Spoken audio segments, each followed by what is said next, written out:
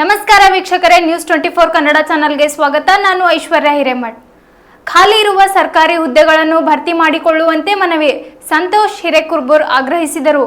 ವಿಜಯಪುರ ಜಿಲ್ಲೆ ಬಸವನ ಬಾಗೇವಾಡಿ ಜನಸಾಮಾನ್ಯರ ವೇದಿಕೆ ವತಿಯಿಂದ ಯುವ ಅಧಿವೇಶನದ ಮೂಲಕ ಕೈಗೊಂಡ ನಿರ್ಣಯಗಳ ಅನುಷ್ಠಾನಕ್ಕೆ ಕ್ರಮ ಕೈಗೊಳ್ಳುವಂತೆ ಮನವಿ ಸಲ್ಲಿಸಲಾಯಿತು. ಕೇಂದ್ರ ಹಾಗೂ ರಾಜ್ಯ ಸರ್ಕಾರಗಳಲ್ಲಿ ದೀರ್ಘಕಾಲದಿಂದ ಖಾಲಿ ಉಳಿದಿರುವ ಸರ್ಕಾರಿ ಹುದ್ದೆಗಳನ್ನು ಭರ್ತಿ ಮಾಡಿ ಕೇಳುವಂತೆ ಆಗ್ರಹಿಸಿ ತಾಲೂಕು ದಂಡಾಧಿಕಾರಿ YS ಸೋಮನಕಟ್ಟಿ ಅವರ ಮೂಲಕ ರಾಜ್ಯ ಸರ್ಕಾರಕ್ಕೆ ಮನವಿ ಪತ್ರ ಸಲ್ಲಿಸಲಾಯಿತು. ಇದೇ ಸಂದರ್ಭದಲ್ಲಿ ಸಂತೋಷ್ ಹಿರೇಕುರ್ಬೂರ್ ಮತ್ತು ರಾಜ ಹಾಲಿಹಾಳ್ಮಲ್ಲು ತಾಳೆವಾಡ್, ಸುಭಾಷ್ ಬೂದನವಳ್ಳಿ, ಸುನಿಲ್ ತಾಳೆವಾಡ್, ಮೌನೇಶ್ ಕುರೆ ಸೇರಿದಂತೆ ಅನೇಕರು ಉಪಸ್ಥಿತರಿದ್ದರು.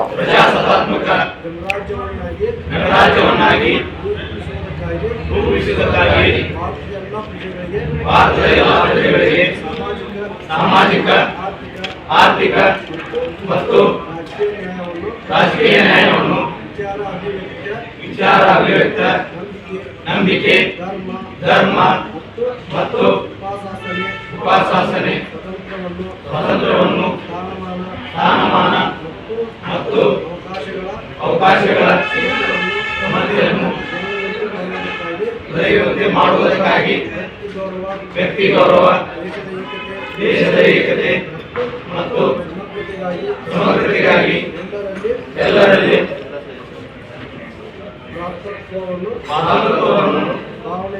ಭಾವನೆಯನ್ನು ಮೂಡಿಸುವುದಕ್ಕೆ ದೃಢ ಸಂಕಲ್ಪ ಮಾಡಿ ನಮ್ಮ ಸಂವಿಧಾನ ಸಭೆಯಲ್ಲಿ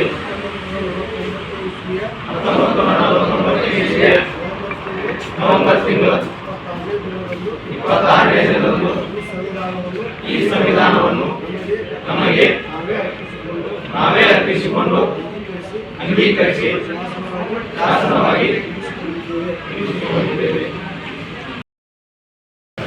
ಹೋರಾಟಗಾರ ಮಾತೃ ಸಹೋದರ ಯಲ್ಲಪ್ಪಣ್ಣ ಹೆಗ್ಡೆಯವರ ಒಂದು ನೇತೃತ್ವದಲ್ಲಿ ಕೃಷ್ಣ ಕಾರ್ಯದಲ್ಲಿ ಮುಂದೆ ಒಂದು ಯುವ ವಿಸ್ತಾರವಾಗಿ ಯಲ್ಲಪ್ಪಣ್ಣ ಹೆಗ್ಡೆಯವರು ಹೇಳಿದರು. ರಾಜ್ಯ ಸರ್ಕಾರ ಮತ್ತು ಕೇಂದ್ರ ಸರ್ಕಾರ ಏನು ಮಾಡ್ತಾ ಇದೆ ಅಂತಂದರೆ ತಮ್ಮ ಅವಧಿಯಲ್ಲಿ ಬೆಳೆ ಕಾಲಹರಣ ಮಾಡ್ತಾ ಇದೆ.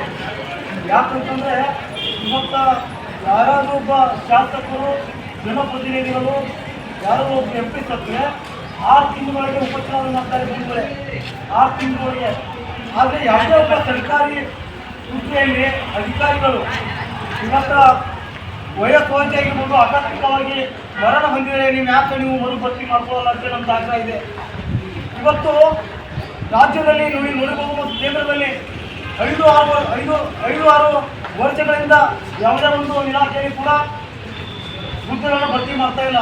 ಇವತ್ತು ನಮ್ಮ ಮನೆಯಲ್ಲಿ ನಮ್ಮ ಸಹೋದರಿಯರು ಕೂಡ ಧಾರವಾಡದಲ್ಲಿ, ಬೆಂಗಳೂರಿನ ಮಹಾನಗರಗಳಲ್ಲಿ ಇವತ್ತು ಒಂದು ಕೋಚಿಂಗ್ನ ಅಧ್ಯಯನ ಮಾಡ್ತಾ ಇದ್ದಾರೆ. ಅವರ ಪರಿಸ್ಥಿತಿ ಅವರಿಗೆ ಗೊತ್ತು, ಯಾವ ಅಧಿಕಾರಿಗಳಿಗೆ ಗೊತ್ತಾಗಲ್ಲ, ಯಾವ ಶಾಸಕರಿಗೆ ಗೊತ್ತಾಗಲ್ಲ, ಯಾವ ಜನಪ್ರತಿನಿಧಿಗಳಿಗೆ ಗೊತ್ತಾಗಲ್ಲ, ಇವತ್ತು ಯಾವ ಸಿದ್ದರಾಮಯ್ಯ ಗೊತ್ತಾಗಲ್ಲ, ಯಾವ ಕೇಂದ್ರ ಸರ್ಕಾರದ ಮಿನಿಸ್ಟ್ರಿಗೆ ಗೊತ್ತಾಗಲ್ಲ. ಯಾಕಂತಂದರೆ ಪರಿಸ್ಥಿತಿ ಬಡವರಿಗೆ ಗೊತ್ತಿರ್ತದ. ಇವತ್ತು ನಾವೇನು ಆಗ್ರಹ ಮಾಡ್ತಾ ಇದ್ದೀವಿ ಅಂತಂದರೆ ನಾವೇನಿಲ್ಲ, ನೀವೇನು ಅಧಿವೇಶನ ಬಗೆಹರಿಸಿದರೆ ಮಾಡಿ ಧಾರವಾಡದಲ್ಲಿ ಒಂದು ಪ್ರತಿಭಟನೆಯಲ್ಲಿ ಏನು ಆಶ್ವಾಸನೆ ಕೊಟ್ಟಿರಿ, 30 ದಿನಗಳ ಒಳಗೆ ನೀವೇನು ಅಧಿಸೂಚನೆ ಹೊರಡಿಸಿ ಅಂತ ನೀವು ಭರವಸೆ ಕೊಟ್ಟಿದ್ರಿ. ಇನ್ನೂ ಕೇವಲ 30 ದಿನಗಳಲ್ಲಿ ನೀವು ಏನಾದರೂ ಅಧಿಸೂಚನೆ ಹೊರಡಿಸದೆ ಹೋದರೆ ರಾಜ್ಯಾದ್ಯಂತ ಒಂದು ಉಗ್ರವಾದ ಹೋರಾಟ ಮಾಡಬೇಕಂತೇಳಿ ಮಾನ್ಯ ಅಧ್ಯಕ್ಷರೇ ತಮ್ಮ ಮುಖಾಂತರ ನಾನು ರಾಜ್ಯ ಸರ್ಕಾರಕ್ಕೆ ಮತ್ತು ಕೇಂದ್ರ ಸರ್ಕಾರಕ್ಕೆ ನಾನು ಆಗ್ರಹ ಪಡ್ತಾ ಇದ್ದೀನಿ. ಇವತ್ತು ಯಾಕಂತಂದರೆ ಇವತ್ತು ಯಲ್ಲಪ್ಪನವ್ರು ನೋಡಿರ್ಬೋದು ನೀವು, ಮೊನ್ನೆ ಧಾರವಾಡದಲ್ಲಿ ಒಂದು ದೊಡ್ಡ ಹೋರಾಟದಲ್ಲಿ ಕೂಡ ನೇತೃತ್ವ ವಹಿಸ್ಕೊಂಡಿದ್ರು. ಅವರು ಅವ್ರ ಜೊತೆಗೆ ಹಲವಾರು ಹೋರಾಟಗಳನ್ನು ವಹಿಸ್ಕೊಂಡಿದ್ರು.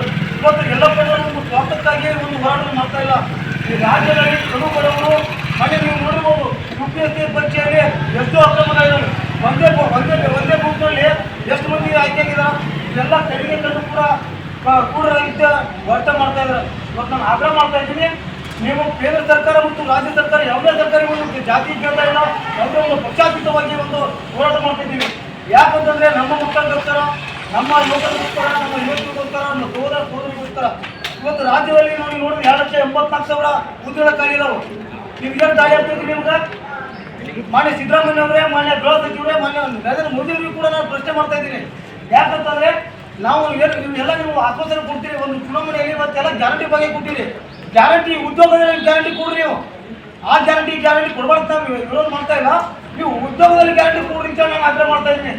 ಕೇವಲ ನೀವು 30 ದಿನಗಳಲ್ಲಿ ನೀವು ಏನಾದರೂ ಒಂದು ಅಧಿಸೂಚನೆ ಕೇಂದ್ರ ಸರ್ಕಾರ ಮತ್ತು ರಾಜ್ಯ ಸರ್ಕಾರ ಹೊರಡಿಸಿದ್ರೆ ಮುಂಬರುವಂತಹ ಏನಾದರೂ ಒಂದು ತೊಂದರೆಗಳಿಗೆ ಮುಂಬರುವ ಹೋರಾಟಕ್ಕೆ ಕೇಂದ್ರ ಸರ್ಕಾರ ಮತ್ತು ರಾಜ್ಯ ಸರ್ಕಾರ ಹೊಣೆಯಾಗ್ತದೆ ಅಂತ ನಾನು ಆಗ್ರಹ ಪಡ್ತಾ ಇದ್ದೀನಿ. ಮನೆ ಅಧ್ಯಕ್ಷರೇ, ನಾನು ಮಾತನಾಡುತ್ತೇನೆ, ಮಾತನಾಡಲು ಅವಕಾಶ ಮಾಡಿಕೊಂಡೆ ಸಭಾಧ್ಯಕ್ಷರಿಗೆ ಮತ್ತು ಎಲ್ಲ ನೀವು ಒದಗಿಸಿ ನಾನು ಒಂಥರ ಮಾತು ಮುಗಿಸ್ತೇನೆ.